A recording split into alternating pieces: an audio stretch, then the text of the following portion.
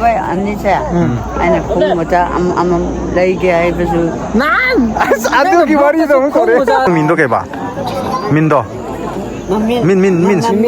ꯁꯦꯂꯩꯕ ꯀꯧꯋꯦ ꯁꯦꯂꯩꯕ Good morning ma'am ngasigi video sidi bonem mibani luhongba yawa chatpagi video oira'anibako yam ko emsan su ada moigi khunda leramgani yam ko emsan su ko ngasi kuina sak una rudraba kuina thengna rudraba yam ko emsan su ngasi gi luhong besida muk pun akoi pulap pun dore bako thengna dore bako ma'am ado akhoi chakadwa khunsina yam ko emsan hoi gi moigi magi nupi gi mapam ha tare mapam gi khund oidone bako khulsaifung maring village ni ba ma'am ado ada yaraga anda mu charage koila su thade he fundi fazana how haigra lay haigra ko ai manipuri se kitang wat pai batare ma'am war over yatre ado ma'am ada yaraga anda dum ai ucharage akoi ga angang ji koi moi metric thawa ju chana dore ko ngasi je ado all the best ai angang ji ju anum fazana thamu iram chanu ko ai horen moi da dum bor pi jarage video de hapar oi gi bako adum ma'am ada khunde yoroganda he adum mucharage yam ko emsan thingna bagi su adum mucharani aduga ngasigi marriage ki couples ka bor ga kaina ge su adum ai uchara ge bako ma'am adati ada yoroganda ai dum uchara ge ma'am bye bye punse yore ufun di fazai koila ma tek pau tha de bone luckily akoi daw di fai bako manin da gari chalam da base ufun kem cha dre bako ado gari daga pareng sang na ga chaladi akoi gari macha na di yaroi he sida yamba ko emsan ngai ri ni way to okay ba grooms residence era som da nupi hoi ge keno le dok mane si nupi hoi ge kun si ju aina han mani mo ko changi se sigi kun se yamba ko emsan gi magi nupi gi mayum moi doi ne boko banam sigi je yamba ko emsan gi mai nupi gi mayum natro Mani he ma tholakani hai bako ado khoina sida ngai lere pot ke ga diu so pu ga ni gari achawa leita bagi khoi gari achawa leita ni ufun kra cha ba tare bone matam kra di natra kai dal leram doino sibo dress to udri bani ba khoi ni ne to disi som di chat to male bako to dress to roga mi gi yumda kan change story bonem sida lere ya mo ko jeng goi moi gi keno nupi gi mayum do kangra ko digi ni bonem na puchale mana ka ogre ado akoi mi gi yumda dress kan change story adar ai solution ki ge de men smile lere network su fu keno phone to no su network su ngai tab ni na ko phone su chat na dre hojik tawri Ada ni ha, guard kamar security kamar ni. Ada, aku ikume dressing tu perlu ada. All the muk, moi all the decoration saya kamar itu ke have tu ayu cara ke apa. Ya muka insan susi tu leram kan ni. Masuk, adum thengna kita dengan sih program kita tu thengna ni ko, pada. Koi na lagi berdia tu mante. Muka emsan ada le selfie to roga vlog kan to ri mai ju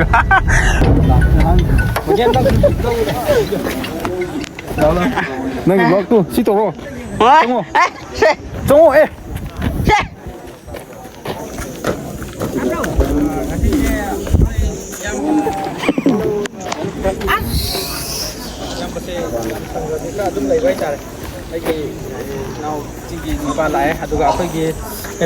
Mai ki bluetooth tu lokan tu akoi adum namhal kani ma je te ngako ma se kaino ki natro o chera ko ki chera ko ta leiba ukil do natro yo ra kre je bane oh ya chongo ko ri ni chongo ro sai ro kan de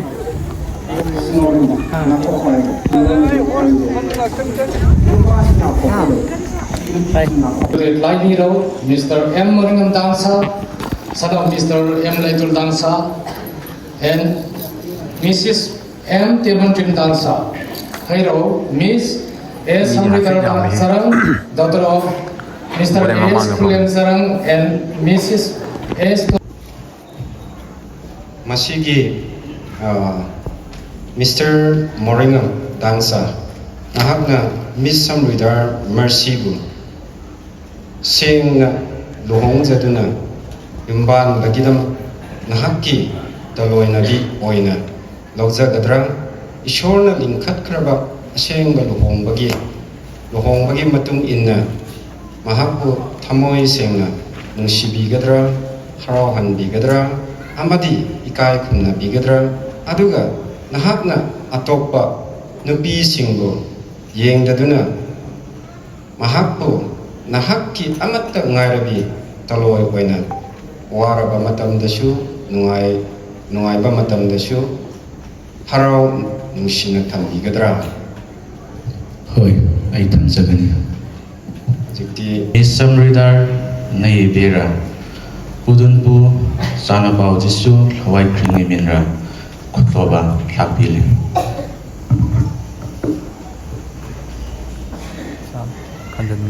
mayam kuba phubisi duga phubisi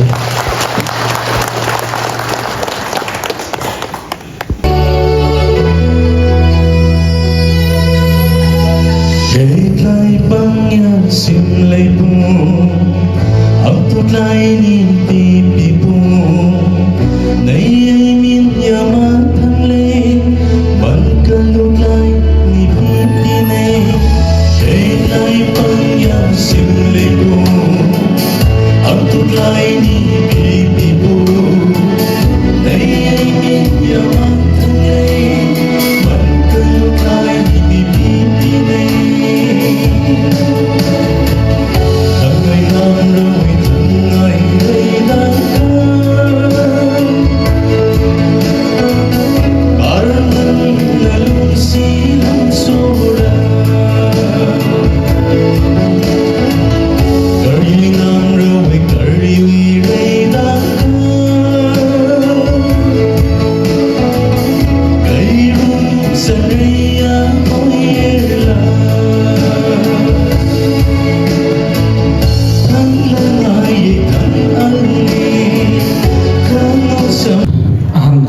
ꯁꯦꯝꯕꯤꯕ ꯃꯄꯨꯕꯨ ꯀꯧꯅꯅ ꯈꯨꯔꯨꯝꯖꯔꯤ ꯉꯁꯤꯒꯤ ꯑꯁꯤꯒꯨꯝꯂꯕ ꯌꯥꯏꯐꯔꯕ ꯅꯨꯃꯤꯠ ꯅꯨꯡꯉꯥꯏꯕ ꯅꯨꯃꯤꯠ ꯑꯩꯒꯤꯗꯤ ꯏꯌꯥꯝꯕ ꯑꯗꯨꯒ ꯅꯧꯅ ꯌꯨꯝꯕꯥꯟ ꯂꯝꯕꯤꯗ ꯆꯪꯂꯛꯂꯤꯕ ꯑꯩꯒꯤꯗꯤ ꯏꯇꯩꯃ ꯊꯣꯛꯂꯦ ꯃꯣꯏ ꯑꯅꯤꯒꯤꯗꯃꯛꯇ ꯃꯣꯏ ꯑꯅꯤꯅ ꯃꯥꯡꯖꯔꯛꯈꯤꯕ ꯃꯪꯂꯥꯟ ꯑꯁꯤ ꯃꯪꯐꯥꯎꯅꯕꯒꯤ ꯅꯨꯃꯤꯠꯁꯤꯗ ꯑꯩꯅ ꯏꯁꯩ ꯃꯇꯥꯡ ꯈꯨꯗꯣꯜ ꯇꯝꯖꯔꯝꯒꯦ ꯃꯈꯣꯏ ꯑꯅꯤꯅ ꯈꯨꯠ ꯊꯦꯛꯅ ꯊꯦꯛꯅ ꯄꯥꯔꯛꯈꯤꯕ ꯅꯨꯃꯤꯠꯇꯣ ꯉꯁꯤ ꯌꯧꯔꯛꯄꯒꯤꯗꯃꯛꯇ ꯑꯩꯅ ꯏꯁꯩꯁꯦ khutol tamjage main punna taminasi khutek tuna nai jarapa nangai gilu hombanumi asemba lo homba panganaba nizaki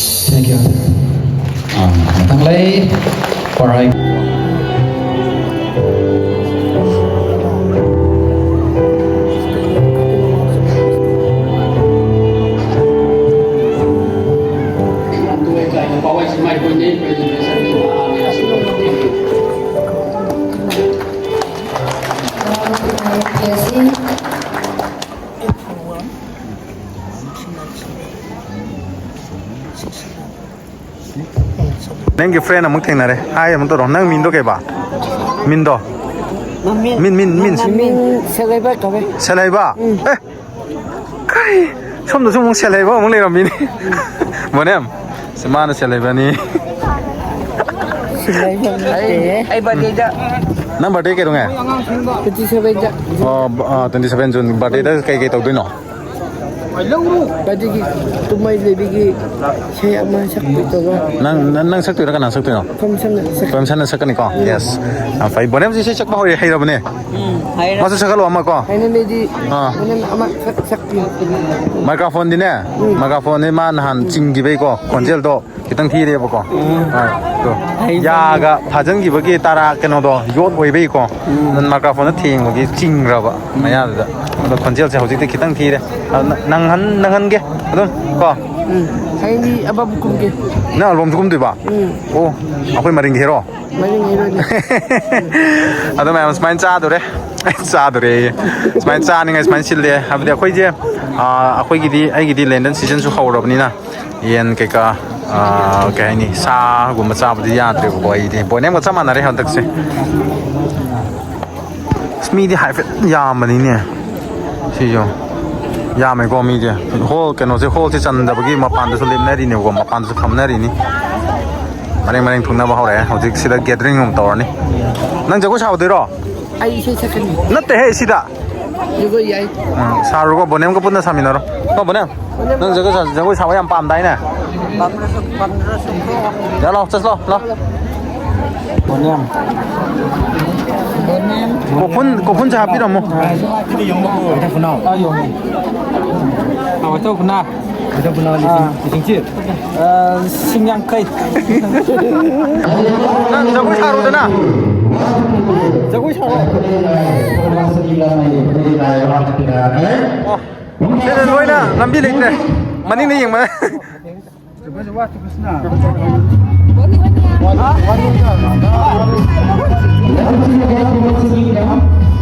Sa, baru waktu sa.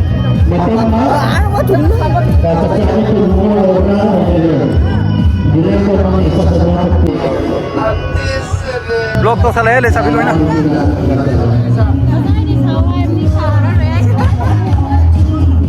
चलो सीधा ले जाओ सोमा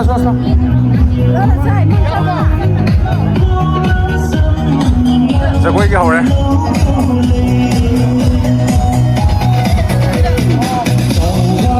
तुम लोग से छाड़ू देना नाटन दिए तो बच्चा लगे ไอ้ชาระ हाँ วายบะ कई वारी बा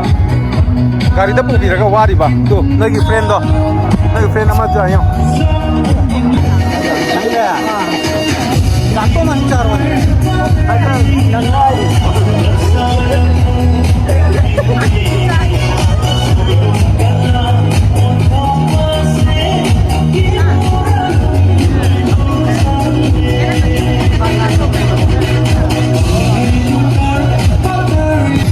Ta chân là cái nó cameraman gọi sang lấy gì này không? Cái đi nếp có giả nó bọn em.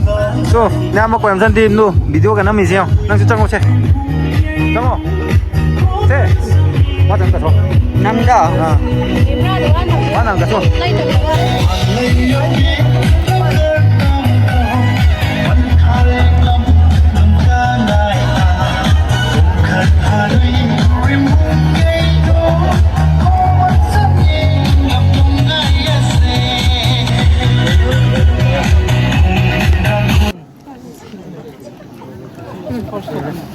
Cô bà Hả? sabi yung koผมฉัน Ngasi di kuina pullu draba muk function da muk pun ba phangi bako. Ma'am nung ngayon ta sa amin na si hayo. Nó cái anh đi xe anh là không mà ta lấy cái bây giờ Nan! Adu ki wari da mun Không kore. mo sa lay. Không mo sa ay bây giờ ay tunge. nate ate không mà ta nate ba ate không mà ta Lay sabi da na pachani chong ga chapo le ga khoi da na không mo sa lupa ngai khai pi ne. Ma'am ta ba ya ba ba ra. ate đi Wow, sige to bonen na lang. Ado ma'am ngasi sak sal ro ga halage khoi ji ai ju cha sa gum ba sa ba chi ya dre bako hot se akoi gi len lai gi bani na len si sanu hi di ai ado bonem ju handak ti bonem kai ka cha manare ko adani ma'am ado horen ada chala ganda amu uchara ke bako haji Nga oi to hala sa mai. lambi so yam na pa bani na ko ka tu na cha thau tra ji Moi cai này ra chắc kiểu nó bao nhiêu. cha di cha je puk ta kem yau dre adu la ke nom cha ro ra mi di khuya ma si su yam ko nan gi yam ma ko em san ga sina yam ma ko em san da ki tang yam ma ni ko si yam di yam me adum yam mi sanga ma yam de ma le si adum yai yeng ba dum yai yam ma ko em san num lak tre bo nem yam ma ko em san num lak tre ba mana ma inu pi ga tang sin le le hojik se natra kai hai ning ge tu do 그래야 건가래. hai ning de hayo yam ti na hai ning de hayo akoi budi se na tre hayo nu pi bu se na le re hayo nào lo xong lo hey spy này đấy media mới hay ai phải tăng một trăm cái này bọn em cái phăng cái đấy là cái bọn em phăng bao đấy co à khôi ibo khôi na ima khôi na tôm pi pi đấy mana pam dapat dikangkre. nắm pam mau nắm trop bọn em pam Pam ini hai kopi pengambil ni sih. Mai le sabi hầu giờ khôi hằn đâu đấy bố bọn em nên đi lấy sao bị phăng cái ấy cái phăng đấy ai đi ăn uống cho happy ni cả năm ta sẽ lạc đi lao chân là lao mi xịt mi uốn rồi nó lao chân là Chalo lah. thì nghĩ về cái hầu giờ nhà đấy hầu giờ làm đi chụp phát tập ni là có khôi na gari mà cháu ấy bên na mà cá salad này thiếu rồi nè Kilo dah ni. oh no khang đấy có Sabi yung guru. chả rồi nè Chalo Mulia lah. mulia. oh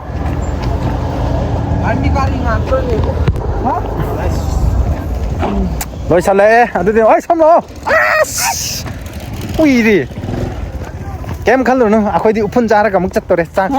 đấy upun chung mức cha tôi đấy kem khăn luôn nó No. gadi na mà tuần đó